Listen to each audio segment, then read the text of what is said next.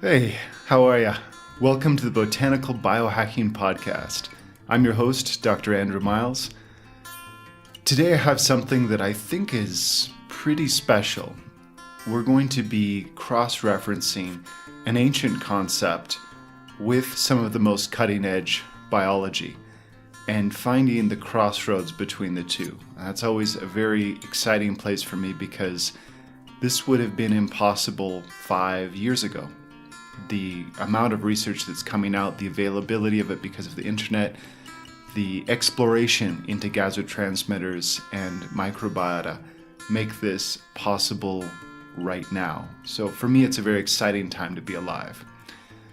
And the topic for today is about Wei Qi. So Wei Qi is a concept in Chinese medicine, goes back 2,000 years, where they were differentiating the types of qi. This is sometimes translated as energy. Energy wouldn't entirely be wrong. And a more literal translation would be gas. The idea is that you have this kind of protective bubble around yourself. And it's supposed to be killing anything that's trying to get in and hurt you. So this is often described as the immune system in terms of modern vernacular.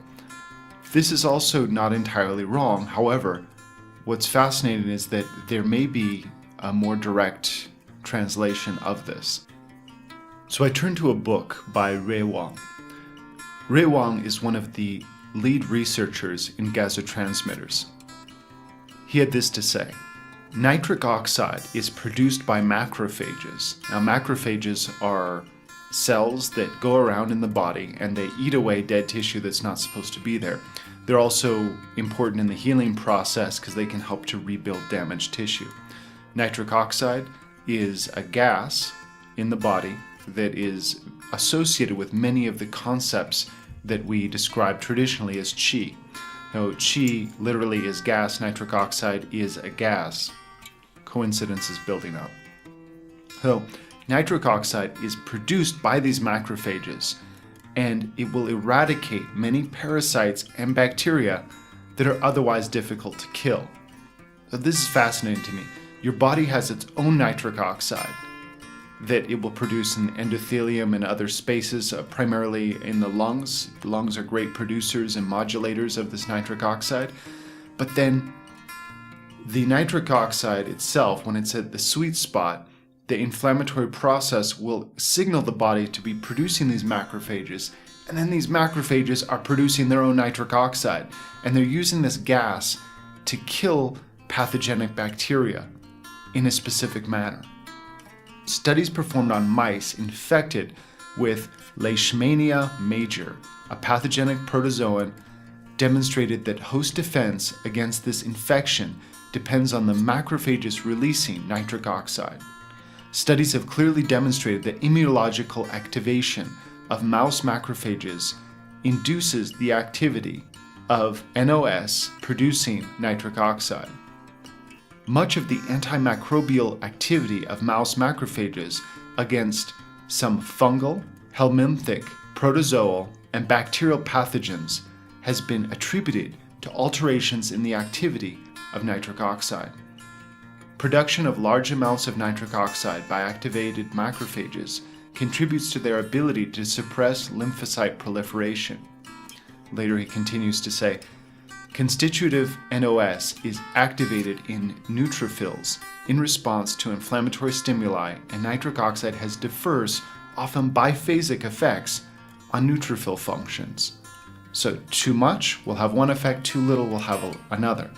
And this is very much in line with the traditional Chinese concept of qi, or East Asian to be more specific.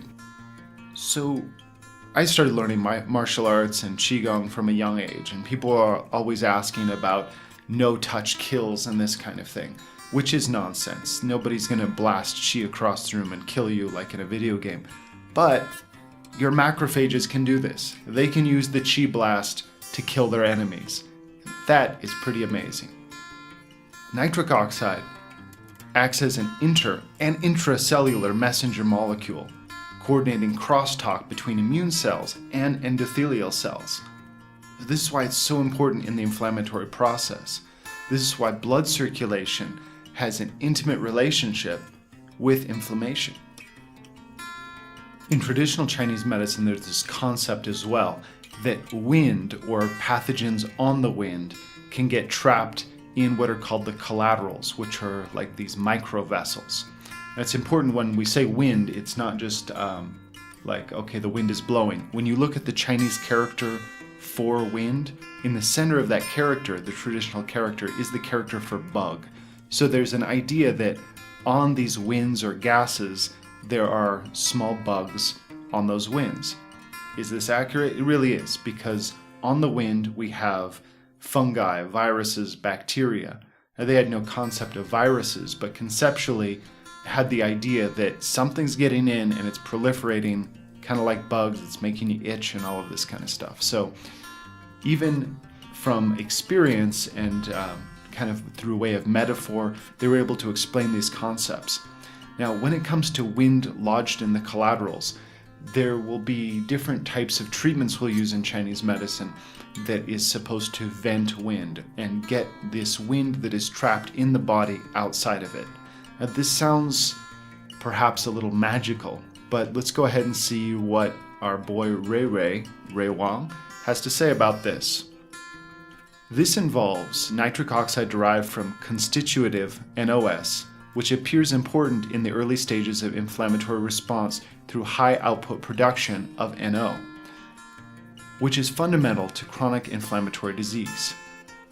Constitutively produced nitric oxide released by endothelial cells has been shown to act as an endogenous agent that inhibits the rolling and adhesion of leukocytes in the microcirculation, and the importance of iNOS in modulating leukocyte recruitment can vary according to the type of inflammatory response. So the body's saying, hey guys, let's get some of these leukocytes out, let's go into attack mode. But they're all stuck together in a traffic jam. Why? Because the circulation has been trapped.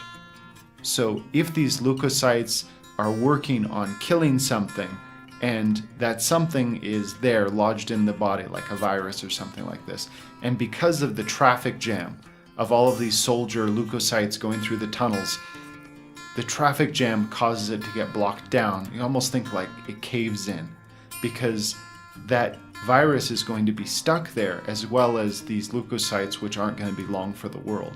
The virus, however, can hang out. So it can hang out, and then later, if it's a bacteria, for instance, it can start to proliferate in the body.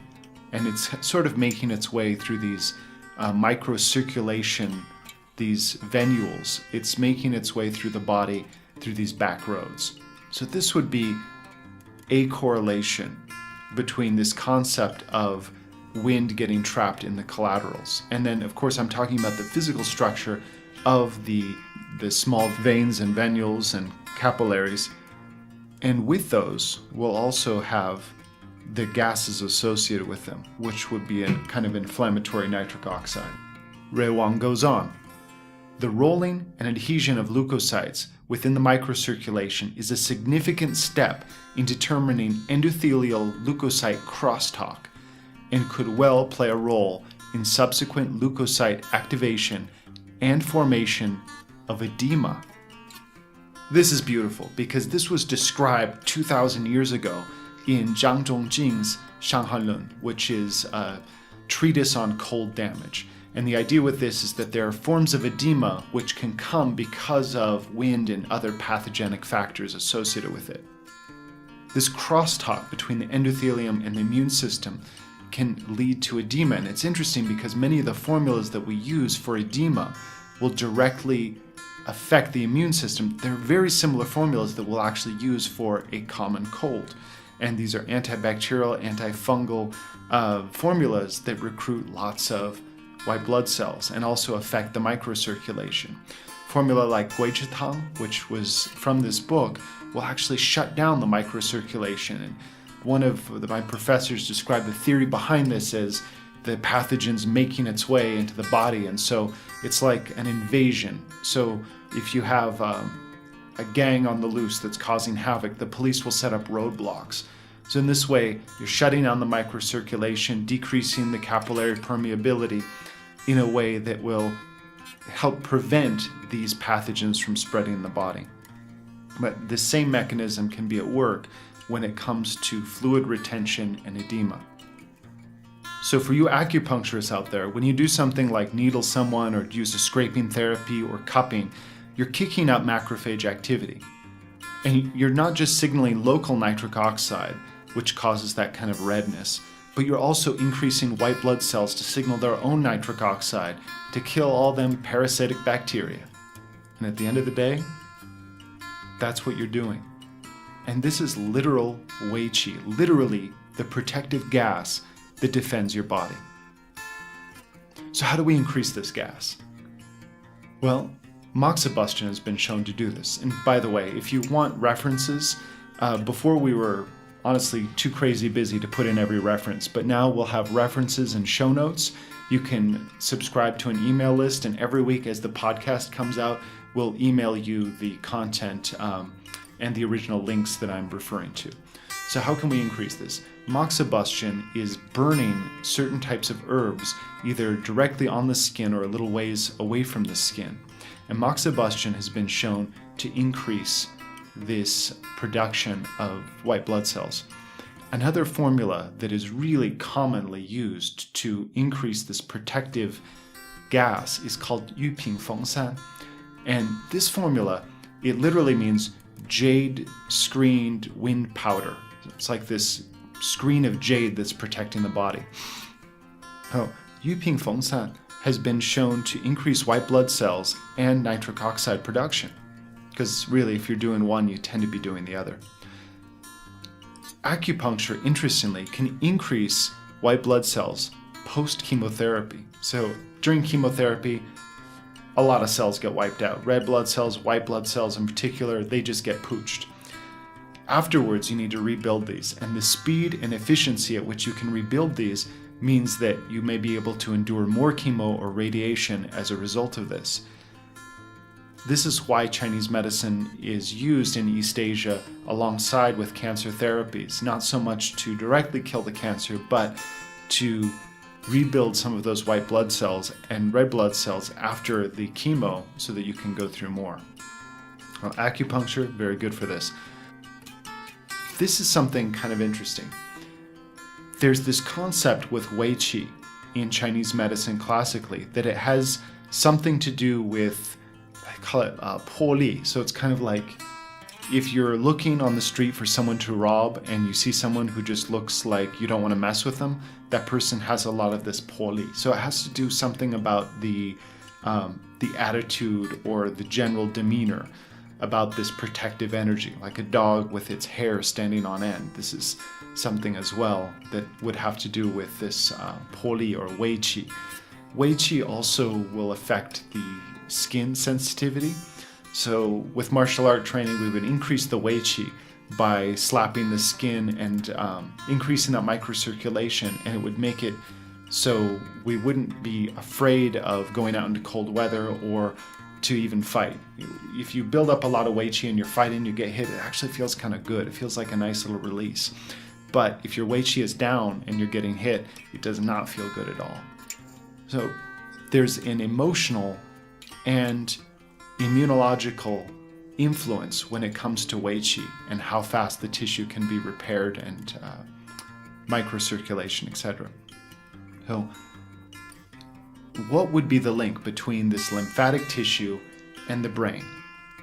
Well, in the last couple of years, they found that lymphatic tissue goes into the brain and that there's an indication that the immune system can influence personality as well. Now, I was thinking about the nature of introversion and extroversion because from the time I was little, that was something that I learned with Chinese medicine and martial arts, that if your Wei Qi is deficient, people will feel like they want to curl up and be at home and they won't want to be around people. And if the Wei Qi is prolific, then you want to have a party and invite all the neighbors over. I was thinking about this. I go, oh, what's the link? And I was getting really complex. And Michelle Lada pointed out that if your system is weak, it makes sense that you don't want to be around people because people carry diseases. This creates a link between what we consider depression and the immune system, which is very logical from an evolutionary standpoint. If your immune system is down, you don't want the neighbor kid sneezing on you. You get like, bah humbug, get those kids away from me, get everybody away from me. I'm going to stay home and binge watch a TV series. When people are tired and run down, the immune system weakens as well, and they don't want to be around anyone. You see this a lot post-surgery. People have surgery and then they say, God, I think I'm depressed. I just don't want to be around anyone. And I'll remind them, yeah, you got shanked and your immune system is on high alert. It doesn't want people around. It's okay. So it makes sense that there is crosstalk between the immune system and our emotions in ways that will protect us from an evolutionary standpoint. But when people are bursting with energy, they tend to be very prolific in qi and blood. They tend to have good intracellular communication and cellular distribution of nitric oxide. If it gets too high or too low, it's associated with problems and poor states of health. The more energized people are, the more they want to connect with other people. So great. How do we affect this on a daily basis? Maybe you don't have Yu Ping Feng San or Su Jun Si lying around. What do? Here are the general guidelines for boosting up Wei Qi. You have something pungent, like garlic, and something bitter, like mushrooms, and these will help to increase it. Bitter and pungent will generally cause the body to become more dry and more warm, and in particular, it's this warming effect that you want. If you eat a lot of a spice and it makes you sweat, then it's in the pungent category. Now, this is how you affect it with flavors. Now, how do we affect this with breathing? Traditionally, Wei Qi is said to be the domain of the lungs, and its origin is in the kidneys. So, first of all, what gas is in the kidneys that could have anything to do with immune function? Interestingly, hydrogen sulfide is a heavy gas associated with long-term kidney disease. A lot of kidney problems, sexual urogenital problems are associated with hydrogen sulfide, which is another gaseous neurotransmitter, aka gasotransmitter.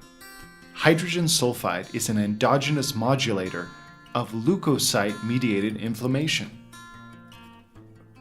Let's look at the lung and see if it has anything to do with nitric oxide. In fact, it does. It's one of the biggest regulators of nitric oxide in the body by way of controlling how much oxygen there is. When we get into states of hypoxia, it kicks up nitric oxide. Interestingly, nasal breathing, in particular, can increase nitric oxide, and if you're humming, it increases it many times over as quickly. So the humming that you see in breathing exercise like yoga and qigong will have an effect on kicking up this nitric oxide by way of the nasal sinuses. So in yoga, you might have kind of a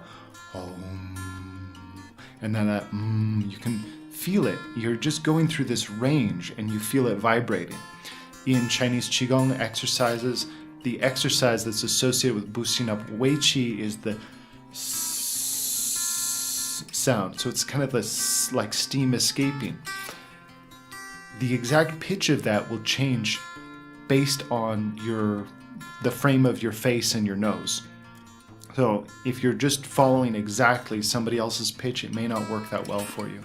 Main idea though is that you want it to be vibrating in your sinuses. Honestly, does it matter if you're doing an om or a s? I doubt it. I think the main thing is that you're getting a vibration and you're releasing oxygen slower than you're bringing it in. You're releasing your breath slower than you're bringing it in.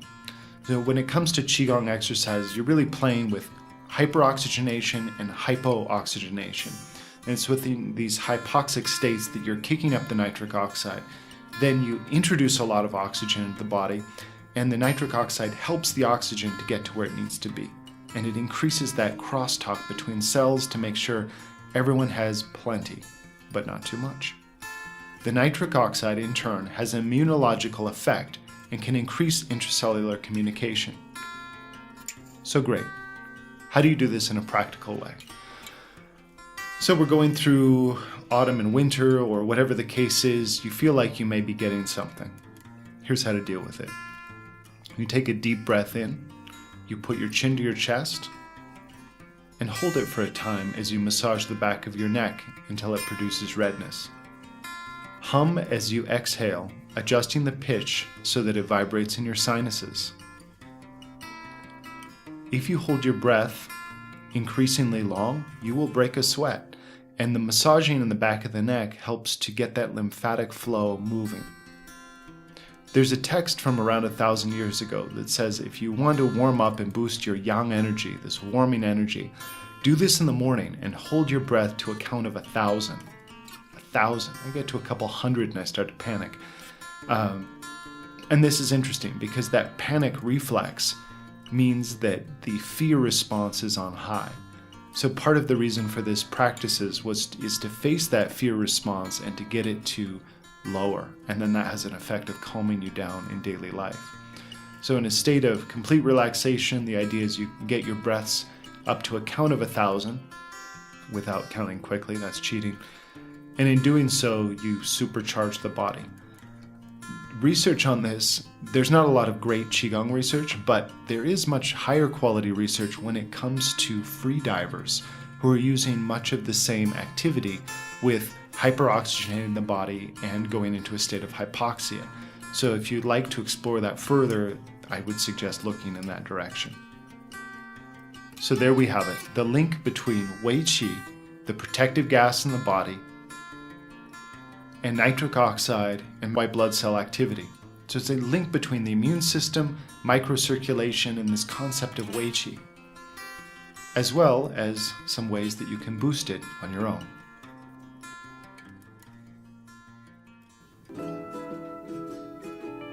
If you'd like to receive an email from me on the show content, references, and contact information for our amazing guests, then you'll want to go to botanicalbiohacking.com. Scroll all the way to the bottom of the page. There you can sign up for our email, like our Facebook page, and rate us on Stitcher or iTunes, all in one convenient location. Thanks again for listening to the Botanical Biohacking Podcast. I'm your host, Andrew Miles.